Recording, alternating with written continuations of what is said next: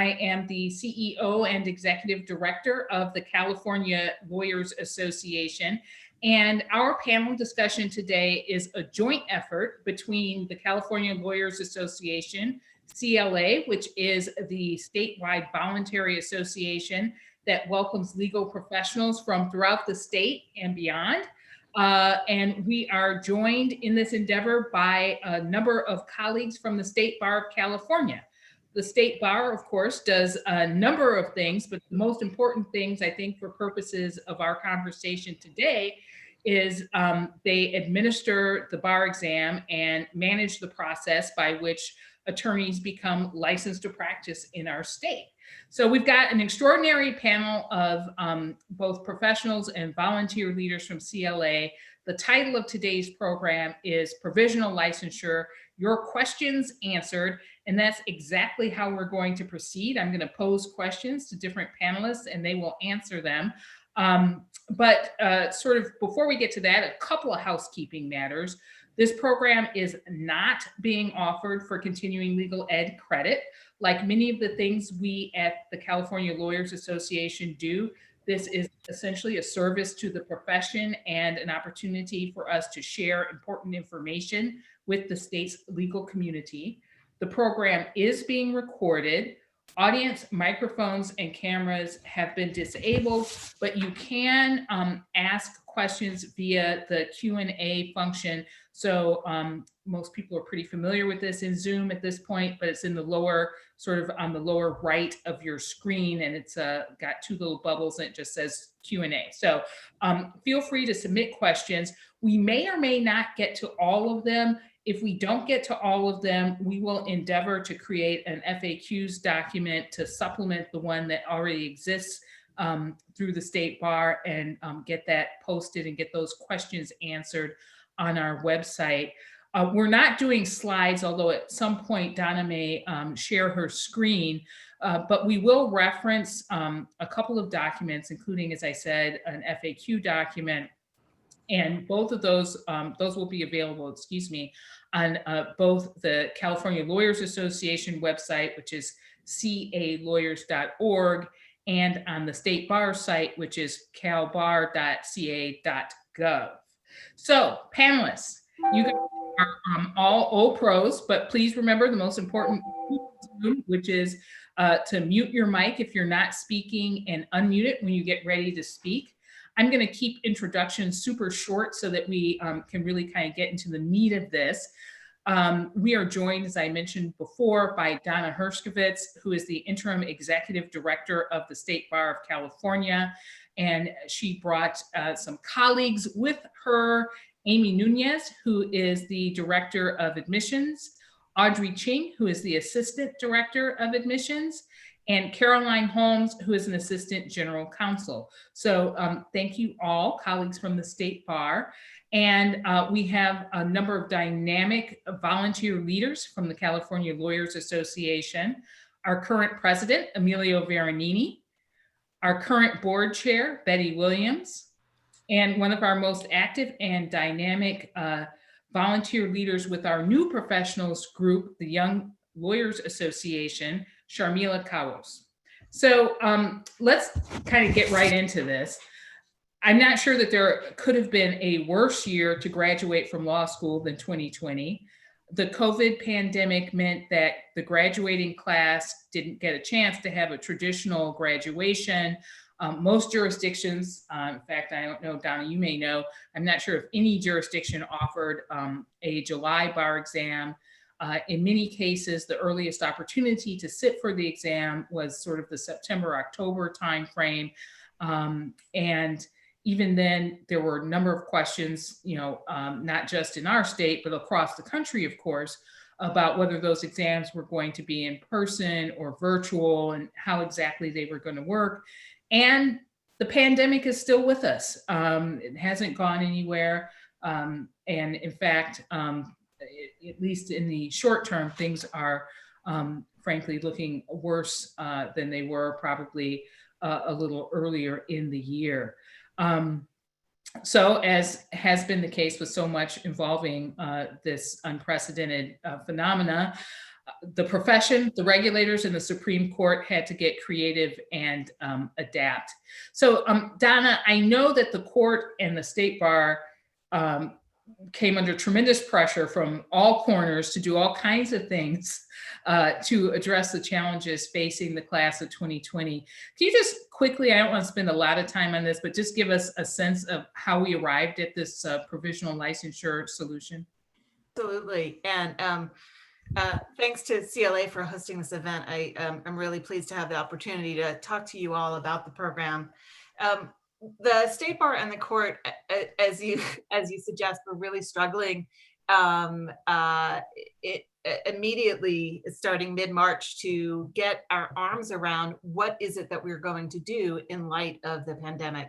We had a June first year exam coming up, and of course the bar in July. The state bar recommended to the Supreme Court in mid-April that we pursue a remote exam, but also that we would simultaneously create a working group that would study a provisional licensure program, because we really wanted some time. We thought it would take some real effort to put this together in California. The Supreme Court at that time directed us to focus on the online bar exam and the online first year law students examination. And that's what we put a lot of our effort into. As the year progressed and we were learning the timeline of when we would be able to deliver the bar exam, and it became obvious that there were certainly challenges to people being able to take a remote exam. You might have 8 people living in a 2-bedroom apartment, and with the inability to go to a law school or to go to a library to study, you couldn't study, much less have a secure place, quiet place to take a multi-day exam. And so together, the bar and ultimately the court said, okay, we have to launch a provisional licensure program. We need to provide opportunities for recent law graduates who can't take a bar exam, or it's not an ideal circumstance. Maybe they can take it, but they haven't really studied as much as they would like, and they'll try to be successful, but they haven't had the opportunity. People may have become the sole breadwinners in their families due to people losing their jobs as a result of the reductions following COVID. And so we wanted to make sure that there were opportunities for people to get working as a legal professional as soon as possible. And so the Supreme Court said, hey, you know that idea you had in April? That was a really good one. We need to do it on a really short timeline, and let's pull this program together. And so that's what we worked to do. Thanks so much, Donna. And, we've said it before, and I'll say it again for the record. We recognize that you guys, as has the entire legal community really, that you guys really worked hard under tough circumstances to make the best of, what none of us could have ever dreamed might happen. So Emilio, CLA, our organization, supported provisional licensure as adopted in California. Why? CLA is not just about our members. We're about representing the profession of attorneys, a very noble profession. And we're also about folks who may be entering the profession. I know one of the most inspiring moments I've ever had as president of CLA was the chance to speak to recent law school graduates who are taking the oath of becoming new attorneys. I was impressed by their eagerness, their stories about why they became new attorneys, and the incredible diversity that they're bringing to the profession, a diversity that increasingly mirrors the California population at large, because ultimately we all serve the public, and that's also part of CLA's mission: fairness in the administration of justice, diversity, equity, and inclusion, and the rule of law. So of course, as we saw the pandemic unfolding, we became very concerned about law school students and law school students about to graduate, and how the pandemic might affect their ability to take the bar. So respecting the state bar, and Donna, I want to commend you and the state bar for your response. I mean, these are very trying circumstances, and what you did was just an excellent, excellent response. What we did is, first of all, we wanted to let everybody know that we were mindful of the situation and respecting that the state bar had a difficult set of issues to deal with, wanted to urge the state bar to act as clearly and quickly as it reasonably could regarding what it was going to do with respect to the upcoming bar exam given the pandemic. We stayed in touch with the state bar.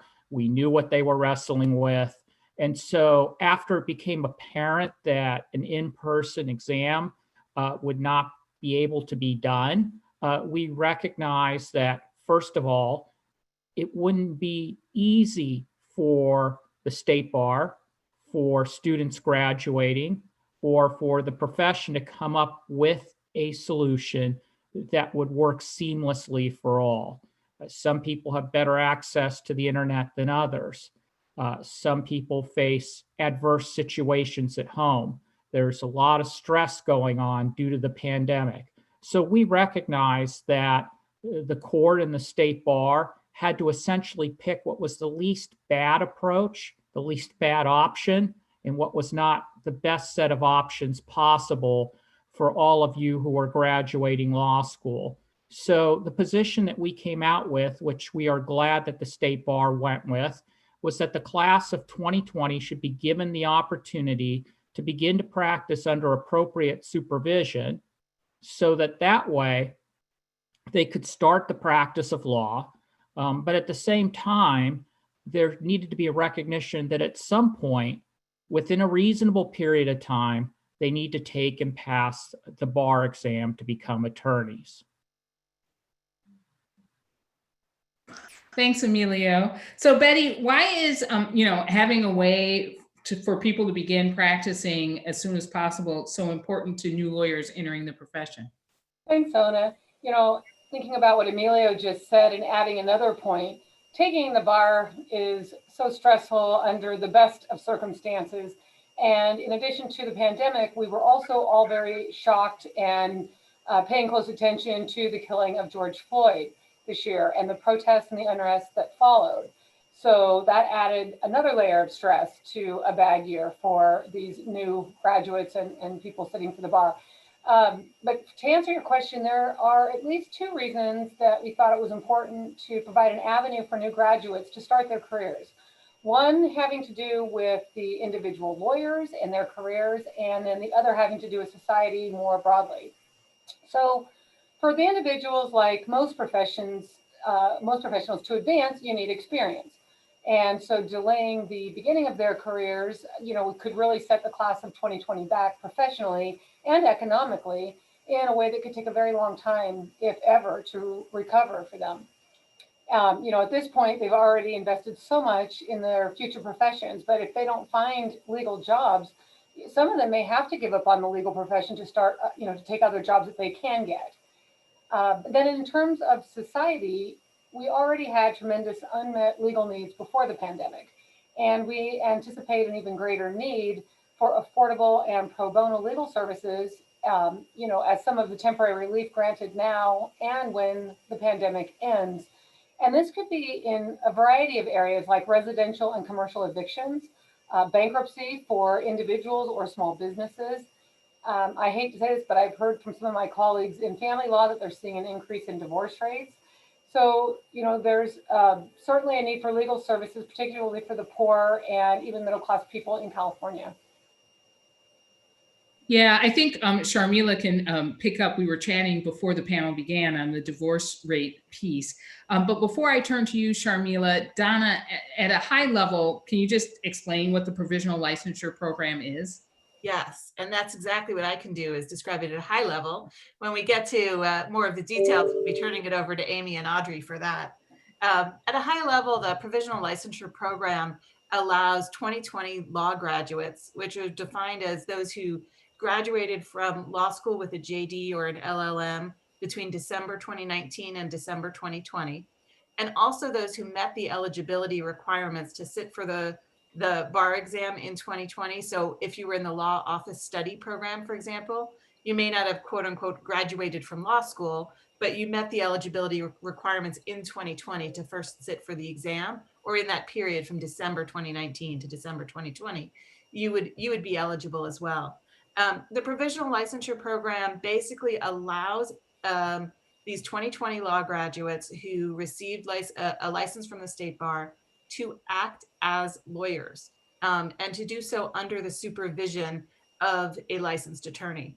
We really took great pains when we were developing the rules for this program to not make it so restrictive, because we didn't want to create a program that no employers would subscribe to. A lot of states had requirements that the provisionally licensed lawyer had to be accompanied to every court hearing, or that the the supervising lawyer would need to sign off on every document, would need to participate in every client meeting. We didn't want to do that. The supervising lawyer has an obligation as a supervisor under the rules of professional conduct and under the specific rule 9.49 that was developed for this program, to provide adequate supervision, and to use their judgment as a supervisor to know that that Ona is perfectly prepared to go into court by herself on this kind of matter. And so I don't need to be there with her. But for Caroline, it would be better if I were there to supervise, and really using your knowledge on how much direct supervision is needed for particular tasks. But really it is providing the broad array of authority to provide legal services as a lawyer would have. It just needs to be done under that supervision of a qualifying supervising lawyer. Thank you so much, Donna. I am now going to turn to Sharmila, because I understand, Sharmila, that your firm has hired 2 2020 law school graduates, and they're eligible and may have actually gotten sort of signed up today for the provisional licensure program, and that you've had a really great experience.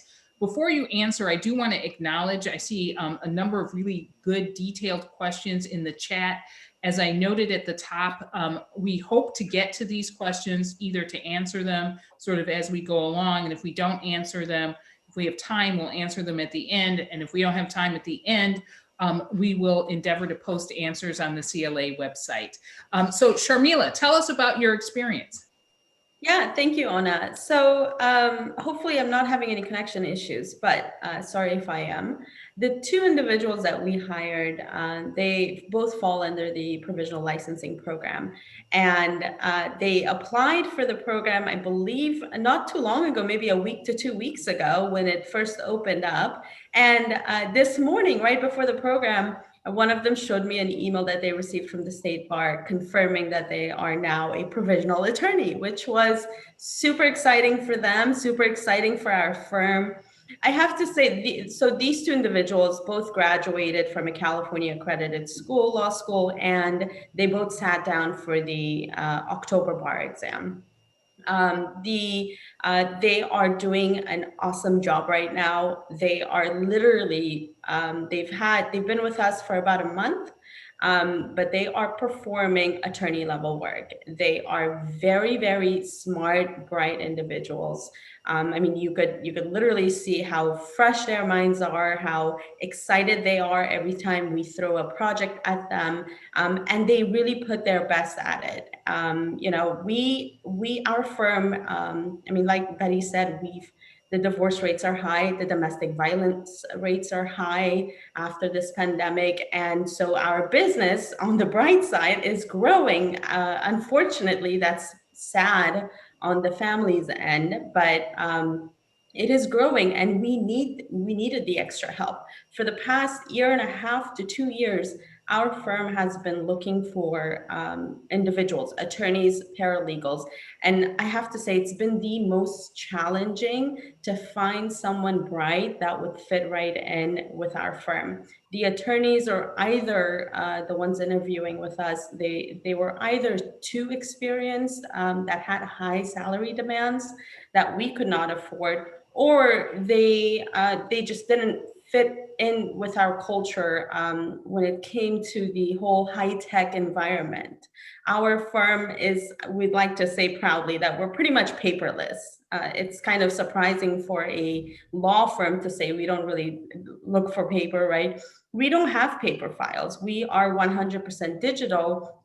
and hiring a more experienced attorneys, no offense, they're not easily able to keep up with the digital age this now. And things are moving fast, and we are moving fast, and the programs we now have are very technical, and the demand for that being the technical savvy piece of things is high.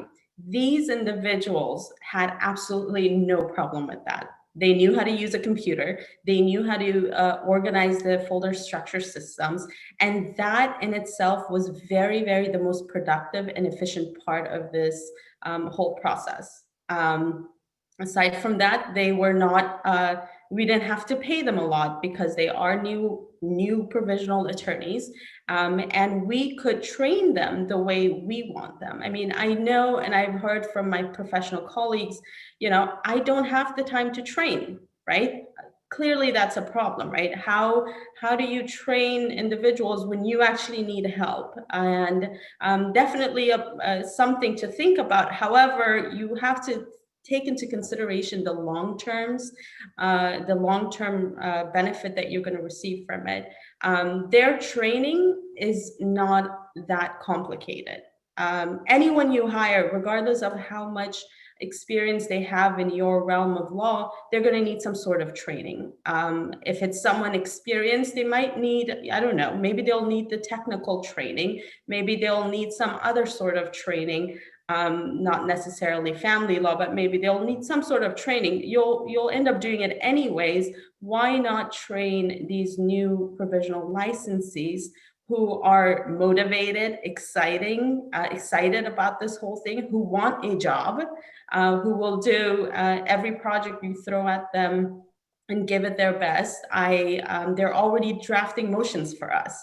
I gave them a sample to, go ahead and summarize this a couple pleadings, and she gave me a very detailed summary as if she was drafting a whole entire motion, and I was very, very impressed. So you're getting attorney level work, and it's so far so great. That's fantastic. Great to hear that, Sharmila. So Caroline, if you're an experienced practitioner and you would like to take Sharmila up on what she's proposed here and hire a provisional licensed lawyer, or provisionally licensed lawyer, what do you have to do? So as Donna mentioned, this program was really designed just as much with supervising lawyers in mind as it was with provisionally licensed lawyers in mind. The requirements are not very onerous, especially if you compare them with other jurisdictions. And it's designed to give supervising lawyers considerable discretion in how and when they need to supervise in person versus virtually, and what kind of review they're doing of the provisionally licensed lawyer's work product. That being said, I think the first thing that you would want to do as a prospective supervising lawyer is to make sure that you meet the very basic eligibility criteria set forth in the new rule for 9.49. And that criteria, just at a high level, is that you have to have practiced law for at least 4 years in any U.S. jurisdiction. The 2 years immediately prior to your participation in the program, you have to have practiced law in California, and you have to exercise competence in the area of California law that you're going to be supervising the provisionally licensed lawyer in. You also have to be in good standing with the State Bar of California. And some additional considerations that a prospective supervising lawyer might want to make before agreeing to participate in the program is that they have to work for the same firm as the provisionally licensed lawyer, and they have to agree to assume professional responsibility of the work of the provisionally licensed lawyer, which is actually very similar to a supervising attorney in relationship to any other associate attorney underneath them at the firm. You have to disclose at the outset of representation to your existing clients if the supervisor or the provisionally licensed lawyer is going to be providing any work for those clients. And then if for any reason the provisionally licensed lawyer is not able to continue representation of their clients, the supervising lawyer would have to assume responsibility over those clients. so that that representation could continue. And the supervising lawyer would have to sign a declaration that attests to these basic requirements. And once the provisionally licensed lawyer supervising lawyer duo is approved, they really hit the ground running, and the supervising lawyer sort of uses their broad experience to determine what level of supervision is appropriate for that individual. And the last thing to maybe keep in mind is that if any change to the supervision occurs, the supervising lawyer should let the bar know. I think they have 10 days to do that. And that contemplates the possibility that maybe another attorney in the supervising lawyer's law firm or law office wants to take over responsibility for supervising the provisionally licensed lawyer. So there's some intentional flexibility that can occur in that relationship. Excellent. So, Amy, we've been talking about sort of employment situations where, and the sort of working assumption has been that the provisionally licensed lawyer would be sort of in a more traditional practice setting with, partners and associates and in a firm. But do provisional licensed lawyers have to be paid at all if they find a role with, say, a nonprofit organization, a legal aid program, an IOLTA funded program? How would that work? Applicants do not have to be paid employees of an organization. So applicants can work as volunteers at any legal organization, including legal aid programs or other nonprofits. As a matter of fact, the fee structure is set so that any applicant who is volunteered in an organization can apply for free. Applicants who are being paid in an employment scenario have an application fee of $75. And anybody who's working with an IOLTA organization, an IOLTA funded organization, have an application fee of $50. Thank you. That's helpful. So I think this may also be one for you, Amy,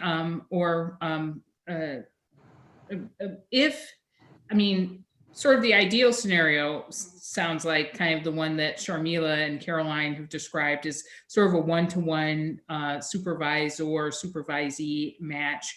And I think most of us sort of learned how to practice law in that way, right? With a partner who sort of took us under their wing as an associate or what have you. But as an alternative, could a provisionally licensed lawyer have more than one supervisor? Could they sort of work on a project basis and have a project with Emilio and a project with Sharmila and a project with Betty and a project with Audrey? I mean, would that work? Yes, absolutely. The program can accommodate for that. What's critical is that the supervising attorney work in the same firm with that applicant. So if an applicant works for multiple firms on specific projects, that's allowable under the supervision of each attorney. What that would mean is that we would need a supervisor declaration from each of those supervisors, and the application process allows for that in the automated version as well.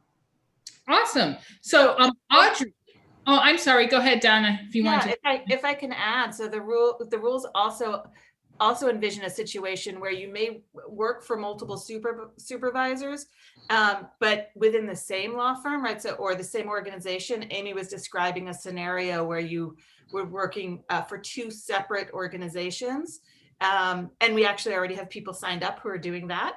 But also, one of the individuals on our working group that helped develop the rules is from a large public defender's office, and she would be the named supervisor, but isn't doing all of the day-to-day supervision. And so we made sure that the rule would accommodate a scenario where you are delegating the day-to-day supervision to other attorneys in your organization who otherwise meet the eligibility criteria.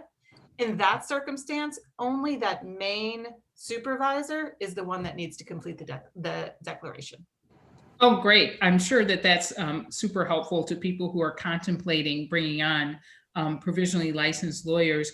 Audrey, so I graduated in, June of 2020. I was just too much going on. I didn't sit for the bar, but I want to apply for this program. What do I do? Okay, great question. And thanks again for hosting this webinar. So Donna already defined what we mean by a 2020 law school grad. In addition, applicants have to meet all the requirements, like submitting a complete moral character application.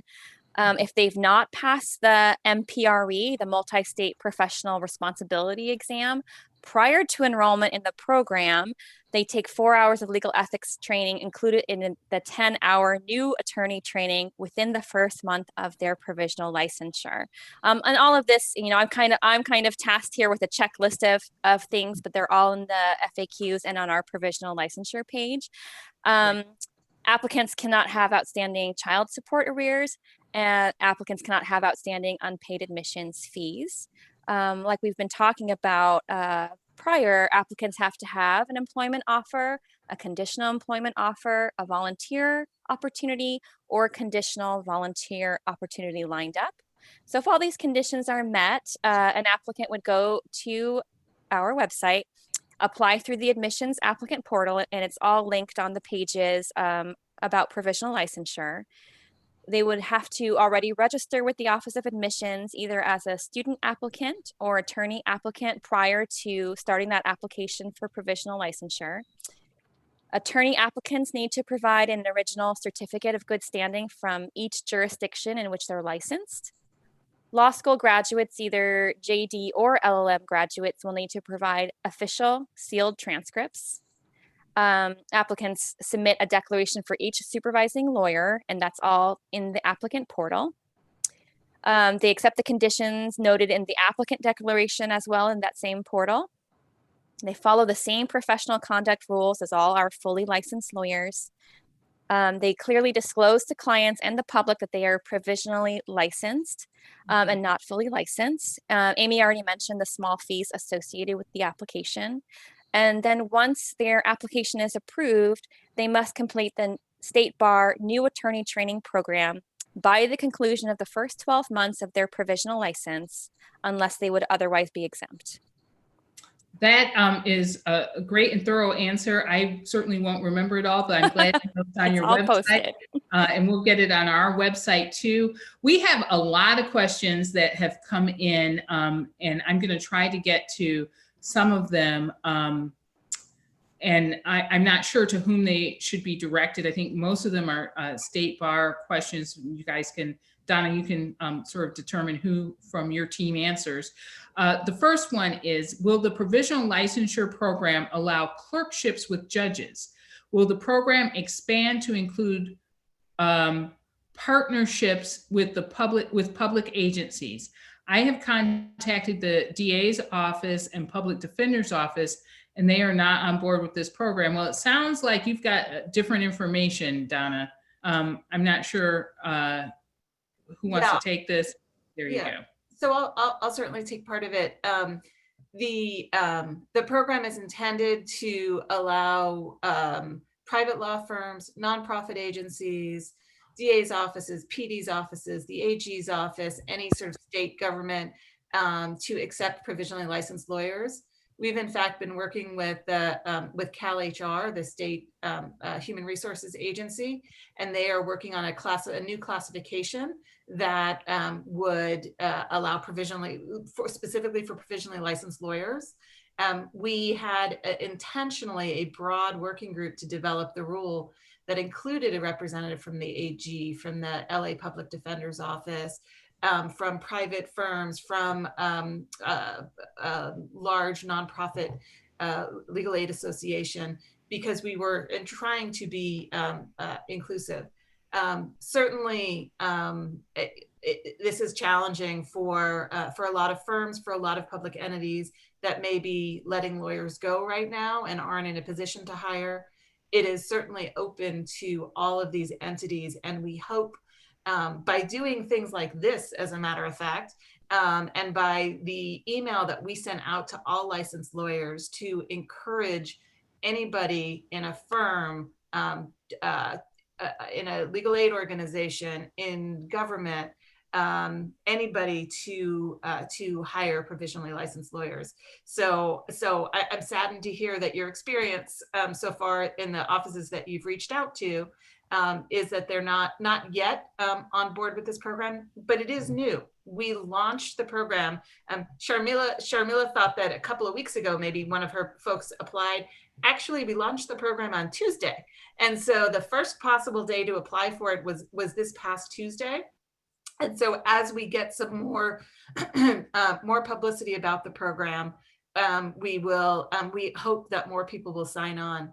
I encourage and I ask of any of you who are listening to this program, who are associated with local, regional, statewide, or other affinity bar associations, to post information on your websites, to promote the matching of lawyers who are willing to take on provisionally licensed lawyers, and the applicants who want to become provisionally licensed lawyers. I think together, and this is one of the reasons it's so great that CLA was on top of hosting this webinar, together we can hopefully create a community of folks who are interested in serving as supervisors and serving as provisionally licensed lawyers. Amy or Caroline, actually, maybe do you want to answer the clerkship question? Yeah, so I think theoretically, there's no problem with being a provisionally licensed lawyer while you're serving as a clerk for a judge. But I would just note that not all judges are active licensees with the state bar, because they're not required to be while they're serving as judges. So they might not meet the eligibility requirements for a supervising lawyer. I'd also note, I mean, I don't know that you'd have to get a provisional license in order to serve as a clerk, because it's not considered the practice of law when you're serving as a clerk. So hopefully that is satisfactory. I think theoretically it's possible. I don't know that it's necessary, and the program was more designed to address the situation of like the government employer, the law firm. I think clerkships are slightly different. And I'm speaking a little bit from just personal experience of friends who have clerked. You don't have to have passed the bar to serve as a law clerk. You can do so between the time that you graduate and the time that you find out your bar results, and there's no problem. So I don't think not being a provisionally licensed lawyer would prohibit you from serving as a judicial law clerk. So I'm going to try to collapse some of these questions in the interest of time. And Sharmila, I think some of these may, since you are sort of in the middle of supervising new graduates, be directed to you. Betty and Emilio, both of you have supervised new folks. Donna, you probably have a lot of familiarity with some of them too. We've got one question here that basically says, some of the concerns that they anticipate practicing attorneys having have to do with malpractice insurance, supervision, which you spoke to, Sharmila. I mean, at the end of the day, you have to supervise any attorney who works for you. I think it's a ethical requirement. Concern that the licensee will quit after passing the bar or shortly thereafter. Difficulty defining the position and the role. So those are some concerns that I think this person anticipates potentially, potential practitioners who are more experienced having, and if folks have responses to that. There's also a question here about whether it can just be a firm or whether it can be individual attorneys. I think you guys have answered that. It sounds like an individual attorney can supervise a provisional licensee so long as that individual meets the criteria, right? Sharmila, do you want to talk a little bit about, how you and your colleagues kind of overcame some of the concerns regarding taking on a new person? Yeah, so like I said, it's not easy to find good talent especially when it fits right into your firm. So when you find it, you got to get it, right? So these individuals, we went through a very rigorous interview process. We had our concerns, what happens if they don't pass the bar coming January, February, when they get their results? What happens, when they have to study for another bar exam? How long do they need to study for that bar exam? I know they studied probably between May all the way until October, and I really understand the stress they went through. But as a firm, you got to make the decision and be supportive of the team that you are training, right? If you are committed in having an individual long term, then work with them, right? It's not easy what they went through, especially with this whole pandemic. But at the end of the day, this is an at-will state. Anyone can quit anytime. So that question as to them leaving once they pass their bar, I mean, I'm experienced. I've been with my firm for 3+ years. I can leave tomorrow, and what's to say I wouldn't do that? So I think with these individuals, they are building their careers. I think the likelihood of them leaving a firm, again, it's my subjective viewpoint, possibly not as high as anyone else. So it's a risk. However, it's a good risk. These are motivated individuals, and I rather train someone who is motivated to work and excited about work versus someone who's done it for so long and is just tired and doesn't have patience. So my personal experience. I've got a few more here. There was one in the chat that has to do with sort of the marketing and I guess the ethics rules around marketing as a provisional lawyer. I don't know, Caroline, if that's something that you could speak to.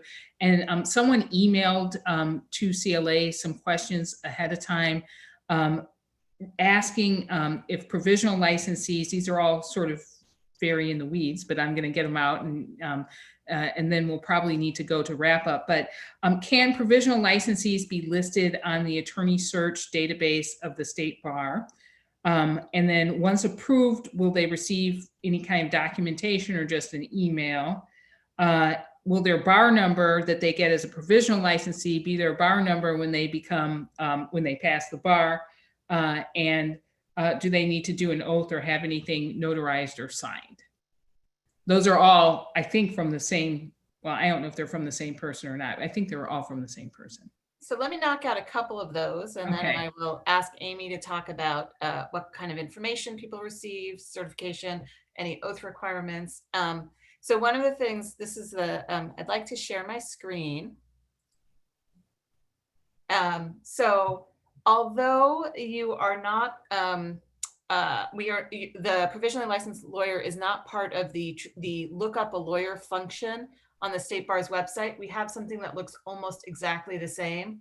It's where you would look up a provisionally licensed lawyer and their supervisors. So just for an example, I'm going to enter a single letter, and so this provides me a list with all of those who are already approved as a provisionally licensed lawyer that either has an A in their name or an A in the name of the primary supervising attorney. And we have actually, since Amy gave me numbers last night, she may have updated ones, but as of last night, we had about 550 folks who applied for the program. Wow. Since Tuesday, and 122 were approved, have already been approved, 33 on the very first day. I say this to appeal to those potential employers on potential supervising lawyers on the call. The State Bar is committed to processing these applications as quickly as possible.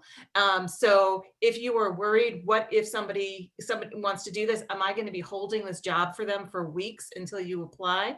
If they've got a complete application, we can process it on the spot. So again, just to see, so on this website, you would put in somebody's name. They have a license number here. You see it's different than the number you would get as a State Bar licensee. And so their number, that license number, will change once they get admitted to the bar as a fully licensed lawyer. If they are, if you click on a particular individual, it will give you their name, when they became active, the supervising attorney, the name of the employer, and the address of the employer and contact information there. Or you can just, if you were to click on the supervisor, that will take you to that licensee's profile, and you'd be able to take a look at them. So it's not the same as the attorney lookup, but in terms of it being integrated with that. But we wanted to make sure that there was an opportunity to ensure that somebody who in fact is provisionally licensed, you would check them out the same way you would an attorney that you wanted to hire. And you would have information on their supervisor as well, as they are assuming some professional responsibility for their work. Amy, maybe you can talk about if there's an oath required and what kind of certification they would receive from the bar upon being approved. Upon being approved for the provisional licensing, applicants receive a certificate in the form of an email right now. So there's a confirmation email that everybody gets. There is no oath requirement. The oath packet is strictly right now used for licensees. So that is the current framework. Thank you. I've got one more for the State Bar. Then I want to bring Betty and Emilio back into this conversation. There were a couple of questions in here about foreign attorneys. So do qualified foreign attorneys have to complete the California bar exam in full, or can they apply for the attorney exam? That is a little off topic, but I did see another in here that was asking essentially if foreign attorneys can apply to participate in the provisional licensure program.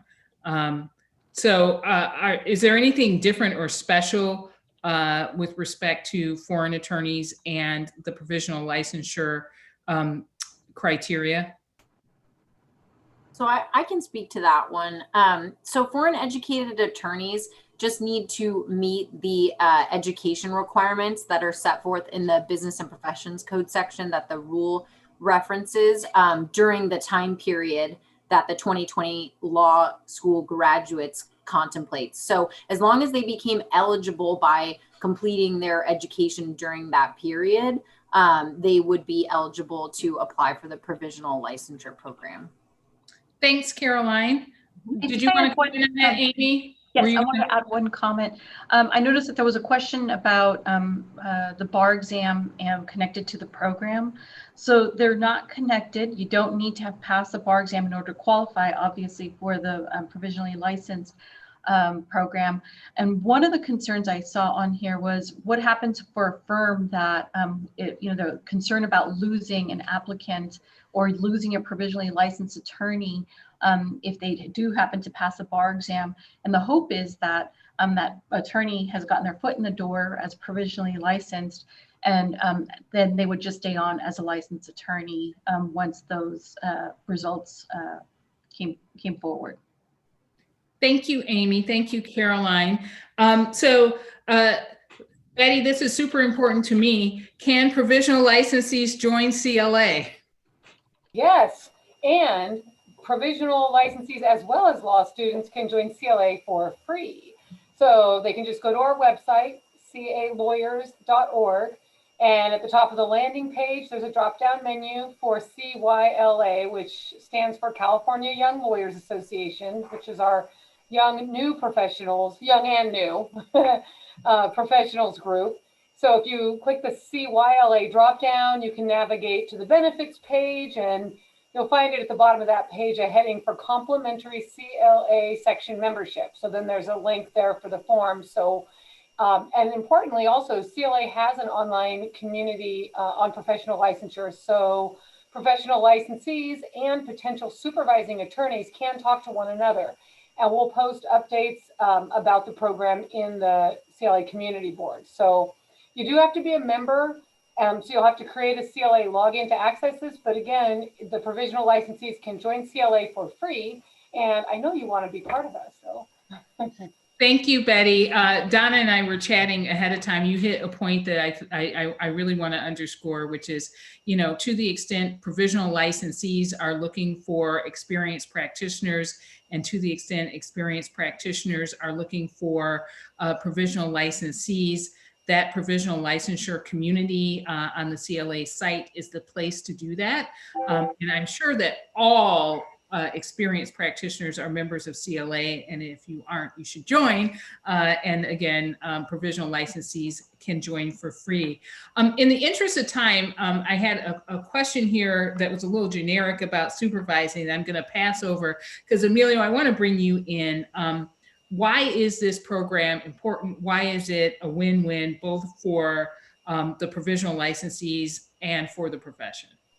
So let me start off by saying that for those of you who have a provisional license, I started off back when my office, the Attorney General's office, had this program. I started off as a graduate legal assistant while I was waiting for the results of my bar and for final clearance on the moral character part of the process for becoming an attorney. Not because I had a problem, but because I was stupid enough to wait until after I passed the bar to begin that process. Donna's laughing. And so I know what you all are going through, but what I want to tell you is that this is an opportunity for you all to become attorneys, to learn from the ground up before you take the bar. And this enables the public. We serve the public. So enabling the public's unmet needs to be met through the practice that you all can deliver, because ultimately it is about the practice of law. Oliver Wendell Holmes said, perhaps apocryphally, that the life of the law is not logic, it is experience. And that's why we talk about the practice of law, because the practice of law is experience in dealing with the public each and every day. I don't know how many of you follow the biographies of our presidents, but perhaps our greatest president, I would say he was our greatest president, Abraham Lincoln, started off as an attorney, learning how to be an attorney through apprenticeship, through working with others, and then striking out on his own. And the fact that he had a keen legal mind is often underreported, but if you look at his history as president during the Civil War, many key decisions that he made, many key speeches that he delivered that today form the cornerstone of our republic and our democracy are based on his keen legal mind. And so I just want to salute all of you that are going through this program. I know things are hard with the pandemic. I know things are hard with the systematic discrimination that you face, but please persevere. And please remember, we here at the California Lawyers Association are an incredible resource for you. We want you, we want to match you up, and don't forget about us. Thank you. Thanks, Emilio. All right, so Donna, I noticed that there were two things about this program that may change as time goes forward. First, unless it's extended, it ends in June, right? And the second change that I saw talked about potentially expanding. Just, do you have anything that you can say about the status of potential changes before we wrap? Sure. So for clarification, it extends in June. It's scheduled to end in June 2022. Not this okay. June, I wasn't thinking. following Okay. June. And that's important because California actually made an intentional effort to have such a long program. Most of the other states that adopted this program, it's lasting only for a couple of months. And so certainly we'll see as the program goes forward if there's a reason to keep it active. After that, we'll be coordinating closely with the Supreme Court on that. The other big piece that we are looking at, right, since we've launched it on Tuesday, it's time to expand it, is opening the program beyond 2020 law graduates to individuals who took a bar exam from either the July 2015 bar exam up until the most current bar exam, who scored a 1390 or higher. The Provisional Licensure Working Group has already voted that they want to change the rule to apply to that group. The question that they will be grappling with in an hour from now, when we have the next meeting of that group, is for that new cohort that they would like to expand the program to, those who scored a 1390 or higher since July 2015, can there be a direct pathway to licensure? So for that group of people, if they have X number of supervised hours, and there are a number of options on the table for consideration by the working group, after they meet those numbers of supervised hours and get a positive evaluation from their supervisor, can they immediately be admitted to the practice of law, assuming, again, their moral character application is finalized, they've completed all the other requirements, but can they be immediately admitted without taking another bar exam? It's a subject that has, we received a lot of public comment on, and the working group was very interested in taking a look. Following the working group's discussion today, I expect us to put a proposed supplemental rule out for at least a 15-day public comment. And then we would take that rule ultimately back to the Board of Trustees and then to the Supreme Court for adoption. The rule, as people would guess, if you're sort of thinking that number 1390 is familiar, the Supreme Court recently acted to say that from the October 2020 bar exam forward, a 1390 is a passing score instead of the prior 1440. As a result, that's why we're looking at opening this program to those who, within the last few administrations of the bar exam, in fact, reach that level of 1390. We'll give them some supervision through this provisional licensure program, and then potentially put them on their way to being lawyers without a subsequent bar exam. So that's what's under consideration right now. Thank you for that update, Donna, and you get the last word. Audrey, Amy, Donna, Sharmila, Betty, Emilio, thank you so much for participating in this panel. Many thanks to all of the people who are participating live, who signed up via Zoom. We're deeply grateful. You packed a lot of information into a short hour. To the extent there were questions in Q&A that we didn't get to, we will again endeavor to keep track of those and answer them on the California Lawyers Association website and in the provisional licensure community that we've set up. Again, we really hope that a number of experienced practitioners will consider reaching out and taking on a provisional licensee. And as I said before, we will keep updated information on our website, calawyers.org. There's lots of information on the State Bar site, statebar.ca.gov. And we will happily take on provisional licensees and make you members of the California Lawyers Association at no cost. Thank you very, very much. Really appreciate your time, the expertise that you shared, and to the colleagues at the State Bar, thanks so much for developing this program. Have a great Thank Thanks, everybody. you. Bye, everyone.